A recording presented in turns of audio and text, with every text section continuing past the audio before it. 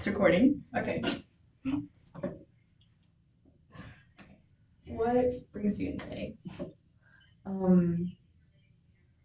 I got really mad at my job on Saturday. Okay. Why is that? So part of my job is doing online pickup orders. So it's called BOPIS and or SFS. I'm gonna call it BOPIS to make it easier. It's just buy online, pick up in store. So the first time I got mad, I was stressed out. It was like 12 o'clock. I left at 2. Like 12 o'clock? 12 p.m. Yeah. Oh, at midnight? 12 a.m. It's been nice. Okay, yeah. Anyway. So 12 p.m. So I left at 2 p.m. I clocked out right at 2. I was like, I'm out. So at 12 o'clock, I get a call from one of the cashiers on the radio. It's like, hey, Lucas, can you see if we have this order for this lady? So I'm looking back there, and I'm looking, and I'm not seeing it. And then a curbside checks in. I only have 6 minutes to do curbsides, but this is already For here. each one? For each curbside, you only have 6 minutes. And if they check in at the same time, 6 minutes each. What happens if they all overlap and do you get in trouble for that? I mean, the store, my manager will get in trouble if I'm constantly late on them, but my manager just tell me speed up. Right. Okay. So this curbside checks in, and I'm frustrated because every time a curbside checks in, you know how customers always like to check in or do something when you're busy, doing something very important. Yeah. So they check in, and I'm like, can somebody is there anybody available to take that out for me? Silence. On the radio, silence. Not a few, what do you need? Nothing. Right. So you're communicating with your coworkers, trying to get it done, and no one's responding. Exactly. So I ask again, a minute later, is there anybody available to take that out for me? I'm trying to help this cashier right now. So no response. Again, for another minute. And then one of the team leads walks in. So he's not the manager, but step on our man. So he walks in to the back, and I'm like, hey, can you take that curbside out? It's right here. It's these two things. Can you take it out for me? He just keeps walking. So he just completely ignored you? Basically. How did that, you said it was that you were feeling frustrated because of that. Was there other stuff that happened? Was that your reaching point? That was not a reaching point. Okay. It gets worse.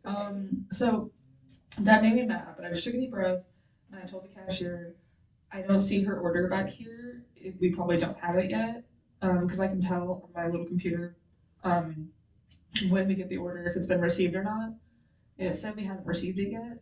So I was like, if it's not up front and it's not back here, we haven't gotten it to the store yet. Right, you're trying to find a solution, and it seems that Right. even through the problem of you're going through the difficulty of a problem, you're trying to stay calm, even though everyone else is being ignoring me and That's good though. begging for help. You're trying to do your job. So I finally get out to do the curbside, and it's big, but it's not heavy. So it's awkward to hold. So you do need 2 people to help you load it. Right. But it's just big. That's all it is. And you needed an extra hand. I needed an extra hand. Can I get some assistance on the radio with this curbside?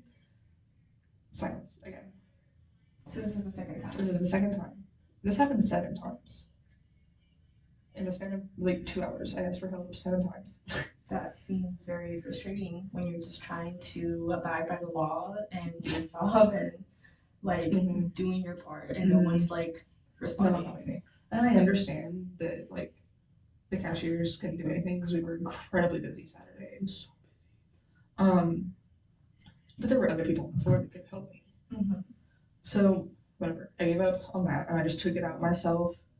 And then the person was super rude. I go out there, and I'm like, for last name? And they were like, yeah. And I said, okay, so part of my job, I have to verify the ID. So your name has to match. It has to be the exact same name, or you have to have an alternate pickup person. So this name did not match, and they did not have an alternate pickup person that did. And I was like, okay, well, I'm still able to give you this. Can you just get a picture of the primary pickup person's driver's license? I can just give this to you.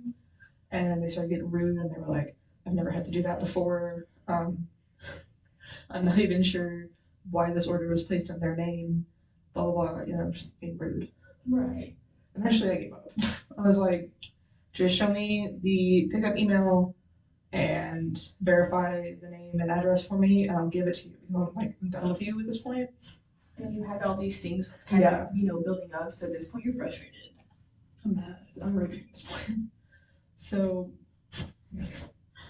like I said, it was not a good last 2 hours of my day. So, is there, anything that you did in between to like help you relax, kind of calm down and center? I punched the deer corn. So we have big pallets of deer corn, and they're 40 pounds each. I just went in and like hit it really hard. Form of self-care. Sometimes it wasn't in person. Okay.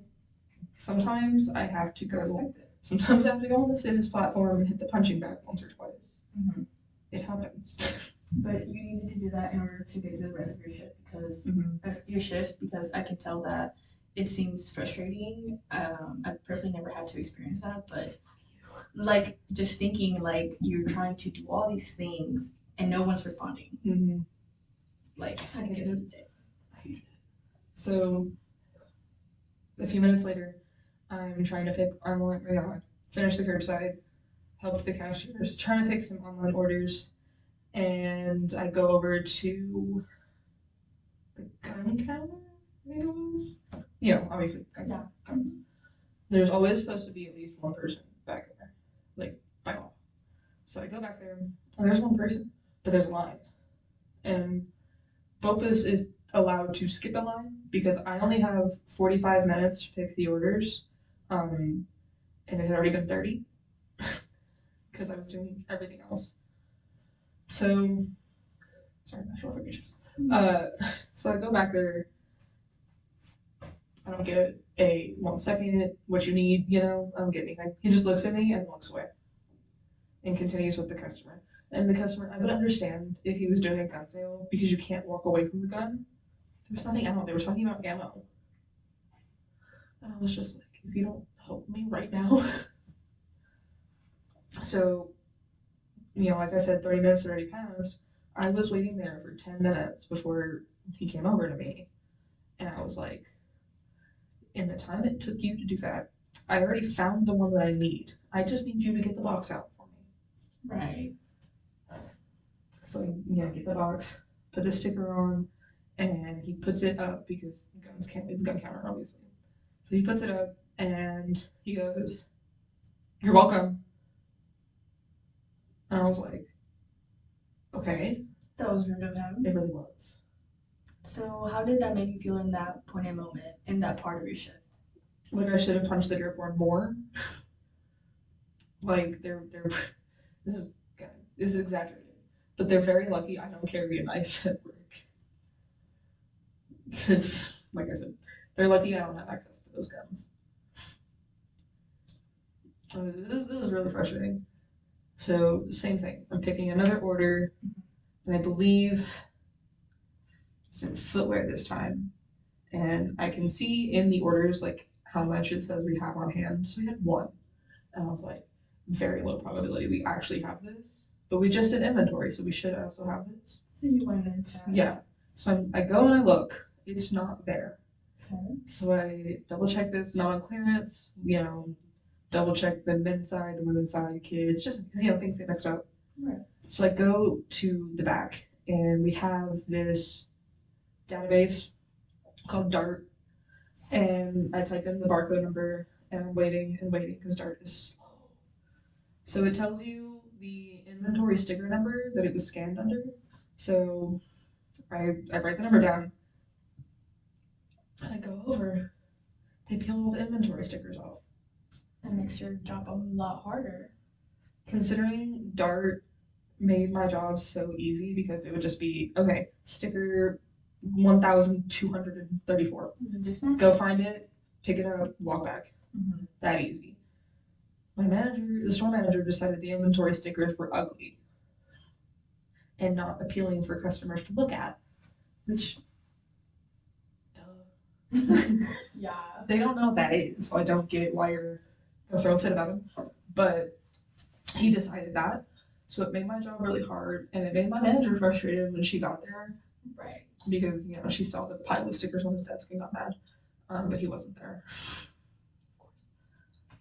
So, so I'm like, oh my god, okay.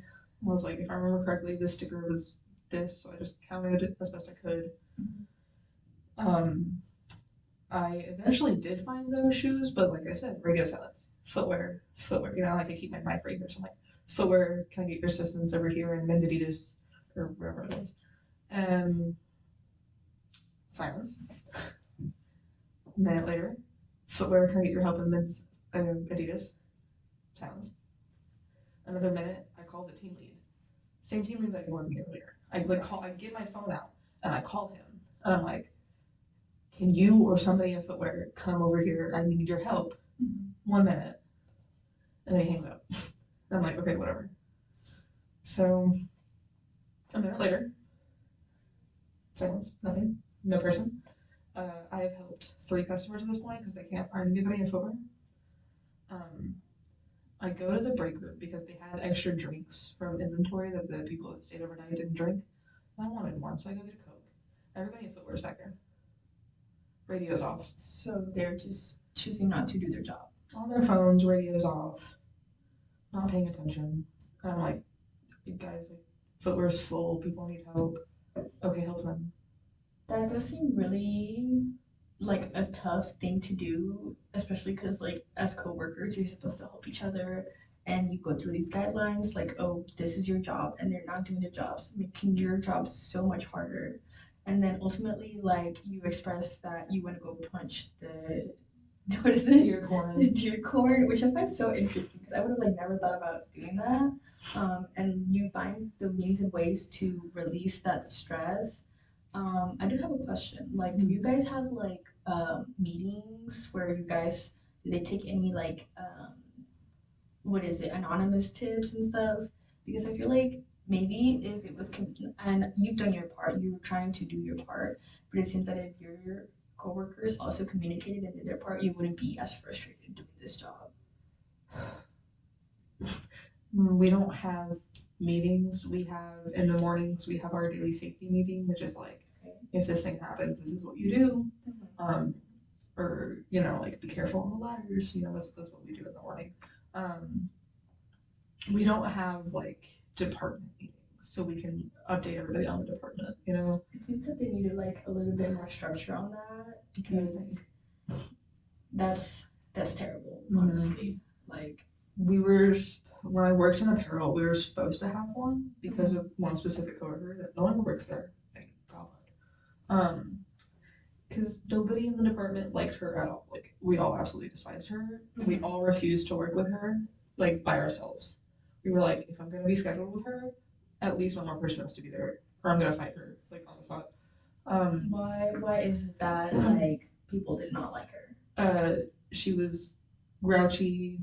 Not that being old had anything to do with it, but she was an old grouchy woman. Right. She didn't do her job correctly. She just kind of put things wherever she wanted. So she would put like Adidas sweatshirts and Under Armour ones, and we're like, that makes my job harder because I have to go clean up after her. Right. And we have in apparel there are folding tables, so it will fold for you. She would take it and not like the sides fold. She would take it and just hand fold on it. So the shirts were ugly and like it just so much harder for herself and everyone else. And then I had this one specific memory with her where it was like 6 o'clock in Academy. Their policy is like if you place an online order by 7, you will have it that day. It was like 6 o'clock, and I told a customer, I was like, so we don't have this item you're looking for, but the Woodland store does. So if you place the online order for it, you'll have it today. She goes, no, you won't. It's 6 o'clock. And I was like, the Academy website says if you place your order by 7, you'll have it today. And typically, it's usually if you place an order before 8:30, you will get it. Because if it's not super backed up, then you'll get your order. Because it's only 7 o'clock for the like Christmas season, because that's crazy. I'm assuming those orders are coming in like crazy for sure. So she's a huge witch. So we didn't like her, so we were supposed to have a meeting for her. Our manager never did that because I think she quit. So good. But anyway, so that's my note. So same thing. picking orders, and go down the archery aisle, and I'm looking for specific arrows. Mm-hmm. Can I get help in the archery aisle? My manager walks past me and like turns the corner, and a customer stopped her and asked for help. And she asked somebody else to come over to the canopy aisle, whatever. So I went over to the gun bar again, different dude, because the other guy was like at lunch or something. So different dude, and I was like, "Can y'all hear me on the radio?" And I wasn't sure. I was like, maybe my radio's off. Maybe, Maybe there's some sort of thing that's not working and all that, because it seems that like every time you're trying to reach someone, they're not answering, they're ignoring you, like. So, and he's like, "Oh, I'm sorry, I didn't know." Like he's like, "I can't, I'm not paying attention to it, so I'm not sure." Because he's working on selling the gun, so obviously he's not paying attention. He's talking to the customer. And I'm like, "Okay, cool, whatever." You were probably the wrong person to ask anyway. So I go back over, and before I go back, I ask him like, "Okay, if this isn't on the floor, is there somewhere else in Top Stock it would be?" He goes, "If it's not on the floor, it's probably in the back room." And I was like, "Well, we just got this 2 weeks ago, so it's not going to be back there." And he goes, "We probably don't have it, but it said we had 9. Okay. So that's a little confusing. That's a lot. Sure. Yeah, that's a lot to not have. So I go back over to the arrows, and I'm picking them up randomly just to see, scanning them. Maybe I'll get lucky and find it. Nope, didn't find it. Can I get help in the archery aisle, please? Again, nothing. So I give up on that order for the time being. I just go and I pick the next one, and I pick the next few, and then a different guy from hunting and fishing came in. So I asked him for help, and he was helping. I was trying to ask him for help, but I don't think he had a radio when he first got there. So I was like, dude, I don't think he had a radio, so he couldn't hear me. But he had the intention of helping you, which I think is refreshing when like the entire day is just ignoring you. So he helps me. I find them in the wrong spot, of course. The one spot I didn't check. So I pick the amount I need, and we move them back to where they're supposed to be. And I go back to the back, print the order ticket, complete the order, whatever. So then I have to do the ship from store stuff. So I'm working on the ship from store. Can I get assistance in, I think it was men's Nike apparel. I was looking for a pair of sweatpants or something. Obviously we only have one. Because of course. And nothing. Not a word. Just no response. No response. Like I said, I asked for help like 7 times, and I'm pretty sure I passed 7. A lot of repetition. Yeah. So, that was fun. At the end of your shift, on a scale, I guess, of 1 to 10, like, how did that make, like, where were you? Like, anger-wise? Yeah. 7 or 8. That's pretty high. Because what we're supposed to do when we clock out, if you have a bag, you're supposed to let the person at the door look at it. I clocked out and just left. I was like, I don't care. At this point, because, like, if they can't respect the guidelines that they have, it's like, why do you have to? Which, I mean, I didn't even wait for the other person to take over. That took over Bogus. I didn't wait for them to show up at all. You were frustrated enough that you just. I was like, it's 2 o'clock. I don't have to be here any longer. I left. Well, what did you do after your shift to help you decompress from that? Usually driving. Weirdly enough, driving calms me down. So I just drove home, and I felt so much better when I got home. Because it was like a 20-minute drive, so I tried to like not think about that. But you were there and you found a way to decompress. That definitely seems really frustrating. I'm not gonna lie. Yeah. I hated it. Oh, that sounds terrible. I hated it. I hated my life at that moment. I was just like, why am I here? I'm gonna pause this really quick.